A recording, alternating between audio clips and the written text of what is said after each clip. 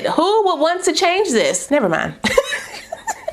You need this one. Black Friday deals are here for a good time, and I must say, this 20-inch right here, yo, it's under $140. Beginner friendly, and it has some color. The brown highlight seems to be a popular color right now. Ooh, this looks even better than the first time I did it. Here is the final look.